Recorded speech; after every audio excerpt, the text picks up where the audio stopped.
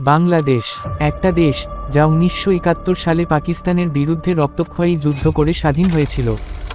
কিন্তু আজ 2025 সালে অনেকেই প্রশ্ন করছে, বাংলাদেশ কি আবার পাকিস্তানের পথেই হাঁটছে? রাজপথে এখন শাসকের দমনপীড়ন, সংসদে নীরবতা, সাংবাদিকদের গ্রেফতার, সংখ্যালঘুদের উপরে হামলা। একটাই নাম উঠে আসছে বারবার, মোহাম্মদ ইউনূস। তিনি আওয়ামী লীগকে নিষিদ্ধ ঘোষণা করেছেন। জামায়াতে ইসলাম ও হেফাজতে ইসলাম এখন শাসকের ছায়া। ভারতের সাথে সম্পর্ক ভেঙে পড়েছে। চীনের দিকে ঝুঁকছে সরকার। অর্থনীতি ধ্বংসের পথে।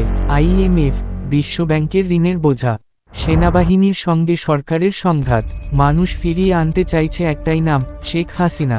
এই সংকটে তিনি কি পারবেন আবার দেশকে উদ্ধার করতে? বাংলাদেশের সামনে এখন দুই পথ, একদিকে নীরব অন্ধকার, অন্যদিকে প্রতিবাদের দীপ্ত আলো।